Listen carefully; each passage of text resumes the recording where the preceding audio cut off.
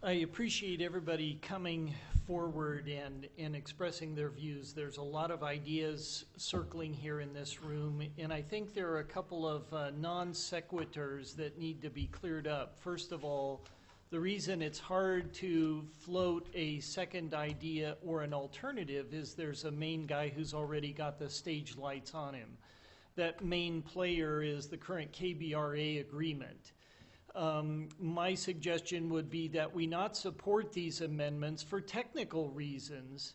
And some of those technical reasons is the amendments themselves are quite surprising. I'm in favor of the environment. I'm in favor of the market process, property rights, and binding obligations, as long as those obligations are agreed upon. There are 3 specific amendments to this document that highlight 3 specific players within this KBRA agreement that receive special treatment. And for them, if there's something that they disagree with or something that they don't like, they have the opportunity to stand in front of the Secretary of the Interior and behind closed doors create a new agreement that, quote, becomes an amendment to the KBRA.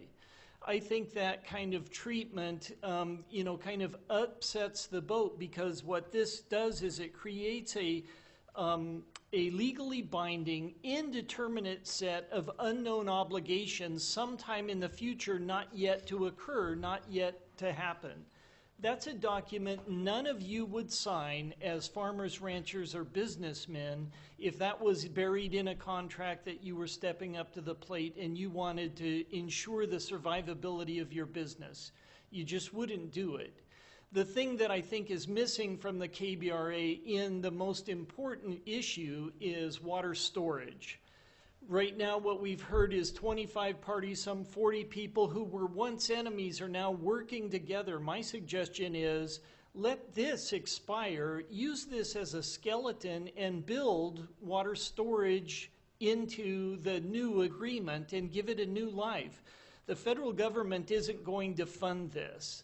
The federal government is already expressing doubts and concerns about, getting involved in the middle of an environment where there is a non-consensus for community support. So if it's not going to fund in the next 2 years that we extend this, then why don't we use these next 2 years to build a new agreement that solves the problems? If you are on the page that says, exactly as Al did, we can't create water, then what we ought to be doing is storing it. If global warming is true, and I'm not suggesting it is, but if our snowpack is going to be lower in the future, then the thing we should be doing today is building reservoirs like madmen.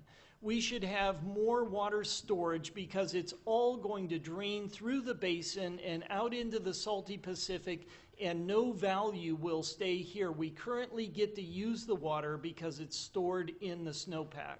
If that becomes one of those iffy items in the future of Klamath Basin, we will all be in trouble when it comes to how much water is actually available. You're also all familiar with the fact that the Upper Klamath Lake is on its way to becoming one of the rockiest meadows I've ever seen, but nevertheless a rocky meadow. It is getting shallower and shallower. Dredging it wouldn't be half bad, but who's going to go put the time and effort and energy into that when the spotlight is already on the current KBRA? My suggestion would be that we let this disappear, but go at it with all of these players who are willing to work together, who are now friendly. Address those amenable issues that we feel have been left off the table. I think water storage goes to the top of the list. Address those items and then circle back with an agreement that now has uniform support.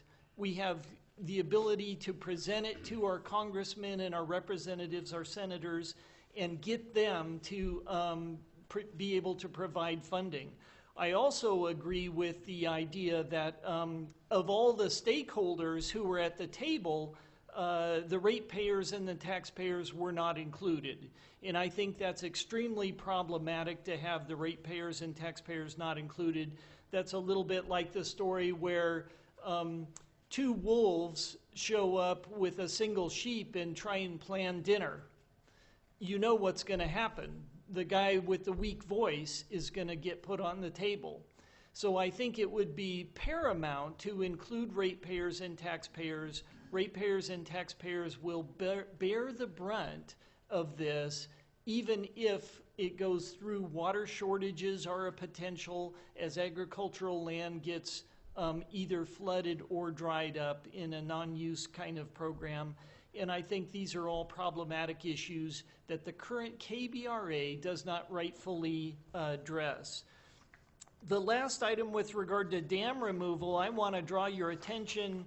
I don't know, Dale, if you can zoom in on that article. Tell me, you probably can't catch it.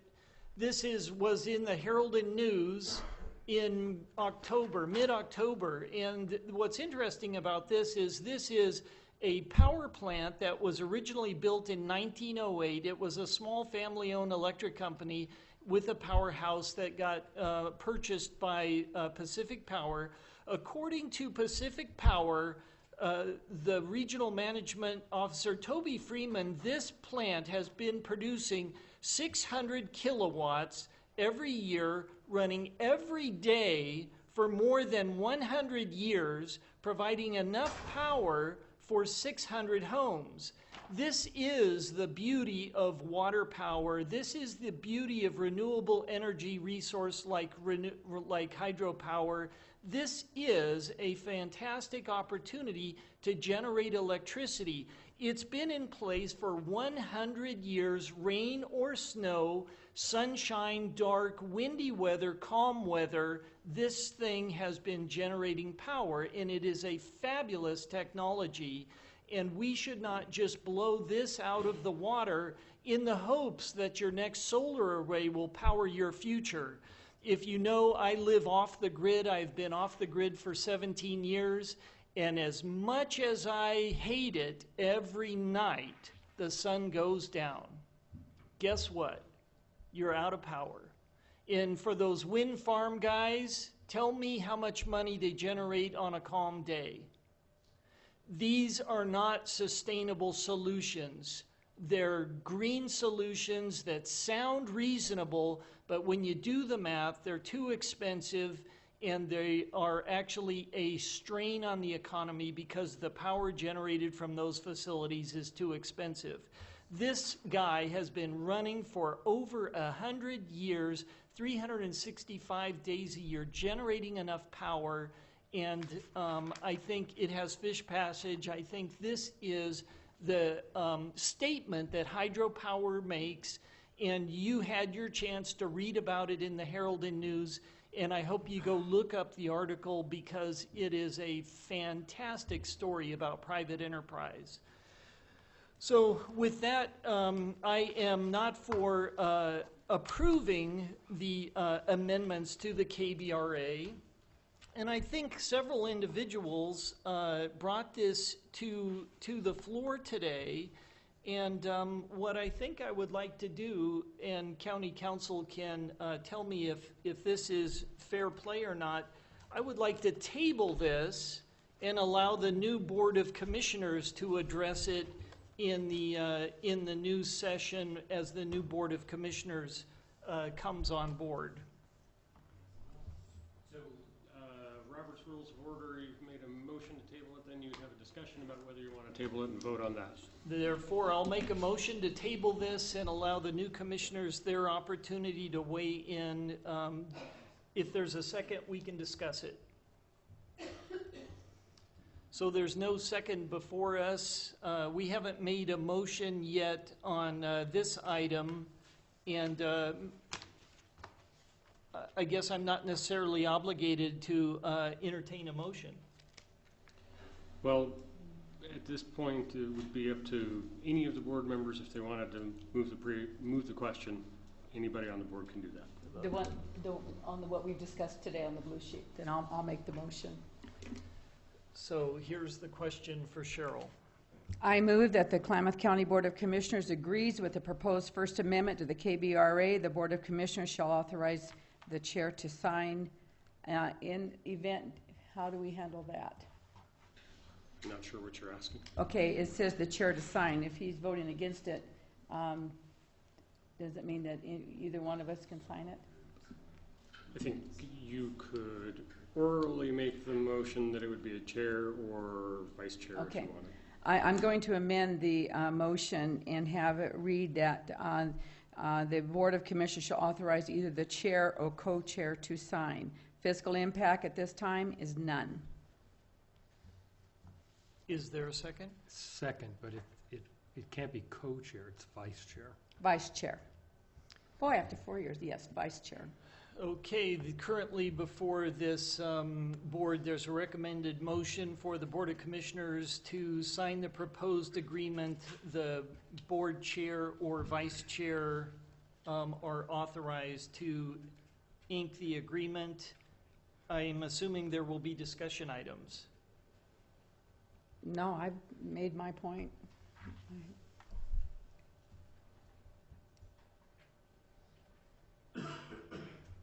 No further discussion items? No further discussion. I think I will add to this that I think it would certainly be reasonable to allow the new board members to get the dirt in their pocket, so to speak.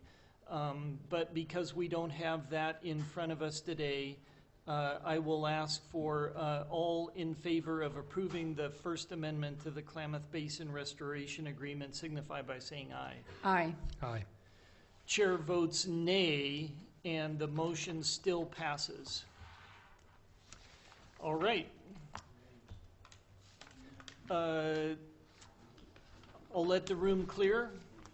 If you'd like, this is a time in our general meeting where you can make public comment on anything that you've seen today or anything you'd like to talk about.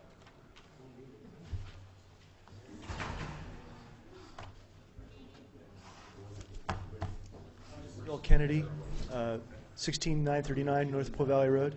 Hang on a second. Let the noise die. Thank you.